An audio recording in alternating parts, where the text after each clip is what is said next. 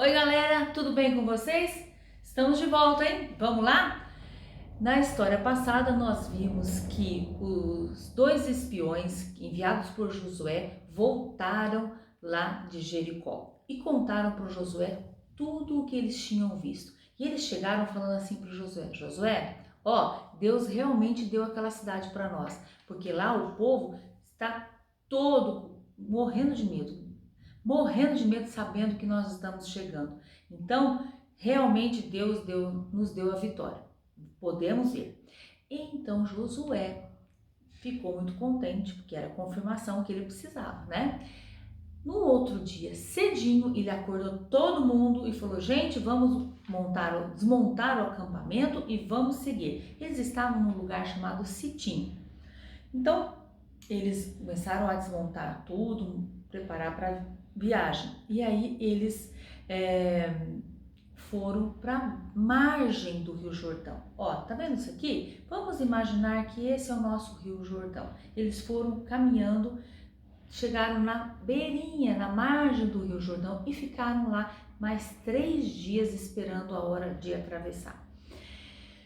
Quando eles iam atravessar, antes disso, antes deles saírem da terra de Sitim, os líderes passaram entre o povo, porque era muita gente, falando assim: olha, se vocês vão seguindo a arca era esse aqui, ó,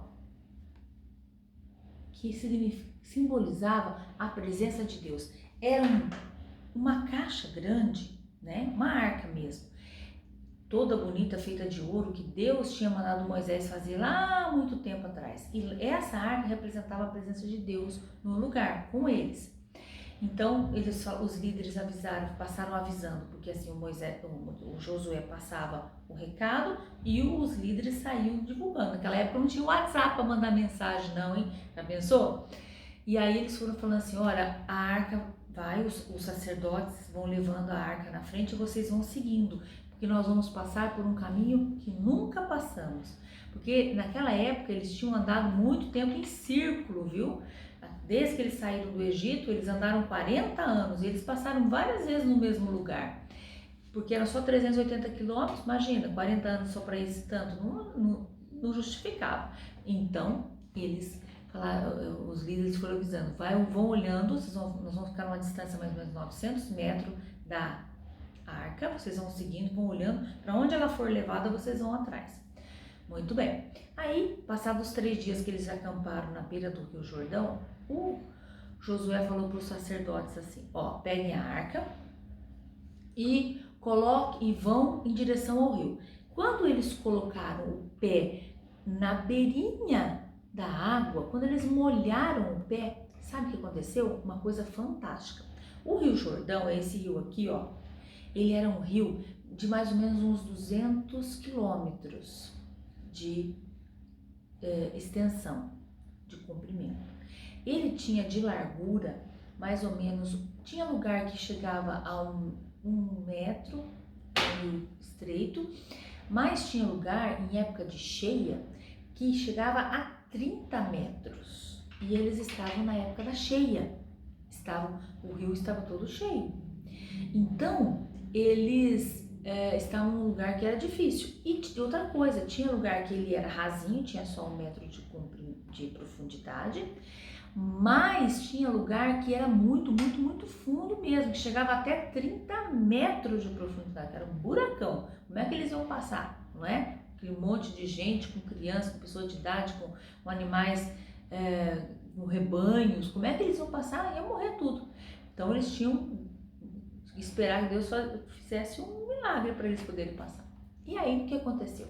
Quando os sacerdotes colocaram o pé na beirinha da água, a água começou a se ajuntar, parou, e a água ficou toda amontoada, ficou um monte, assim ó, parou. A água vem de cima e vai para baixo, não é? Ela vinha de cima e ia lá pro Mar Morto. A água amontoou aqui assim, ó. E aí o sacerdote, o Josué, falou assim: vão e param no meio do rio. E eles foram parar no meio do rio. Na frente deles passaram um exército que foi forte, montado, fortemente armado e preparado durante aquela caminhada que eles fizeram no deserto. Se eles tivessem saído do Egito e já entrado na Terra Prometida, eles iam ter vencido alguma coisa? Nada, porque eles não tinham nem exército preparado. Naqueles 40 anos Deus foi preparando. Às vezes a gente demora para receber uma bênção, não sabe por quê, né? Calma, Deus está preparando a gente para receber a bênção. Muito bem. Aí então foi o exército deles na frente e o povo atrás, atravessaram. Todo mundo foi atravessando. E aqui estavam os sacerdotes, olha lá. Eles atravessando, olha lá, como a água abriu, ó, tá vendo? E aí, quando eles estavam lá no meio, o Josué chegou e falou assim escolheu um homem de cada família, de cada tribo, lá dos 12 filhos de Jacó, lembra?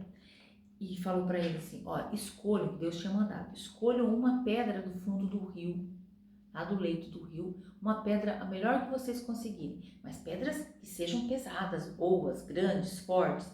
E eles eram para carregar no ombro, não era pedrinha não. Aqui eu coloquei umas pedrinhas só para a gente ter uma noção. Então eles chegaram lá e falaram assim, eu vou escolher essa aqui.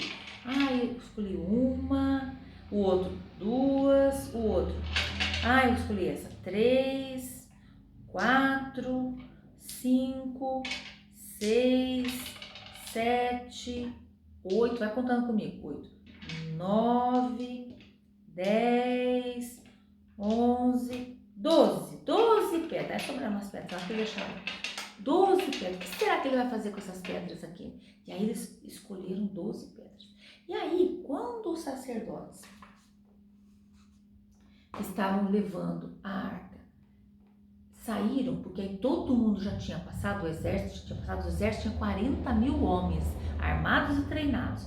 Depois que eles já tinham passado, que o povo tinha passado e os sacerdotes que estavam lá no meio foram saindo, quando eles saíram, que chegaram na beiradinha, quando eles saíram, tiraram o pé do leito do rio, né, voltaram lá para a margem do rio, as águas começaram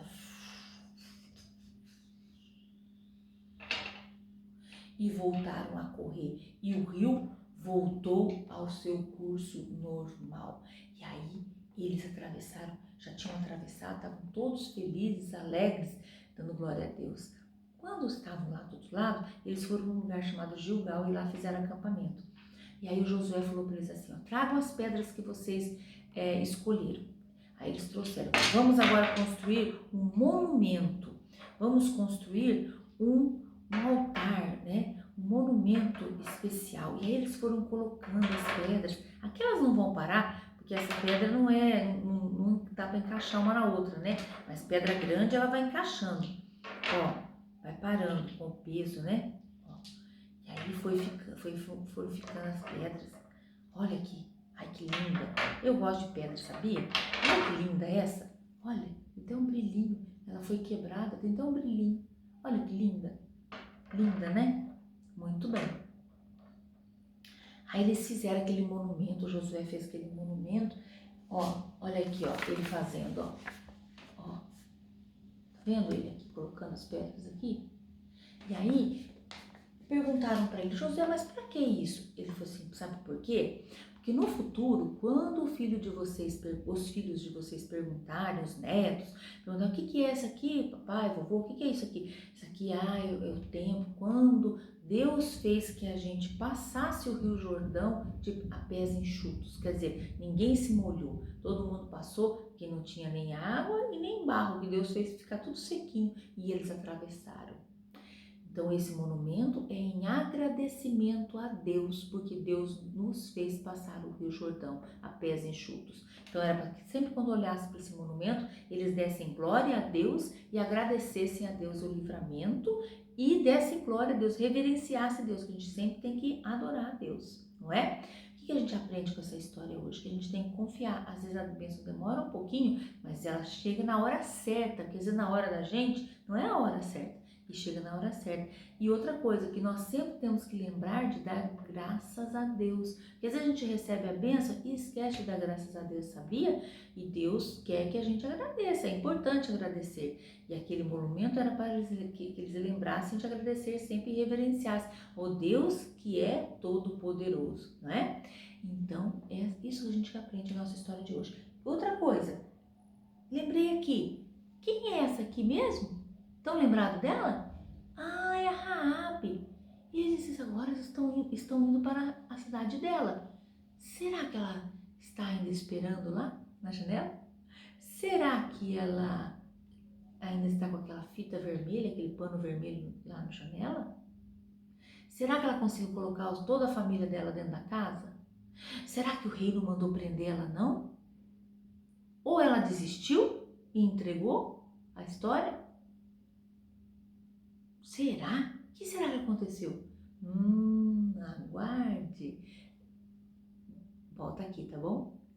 Volta aqui para nossa próxima história, porque tem muita coisa legal para acontecer.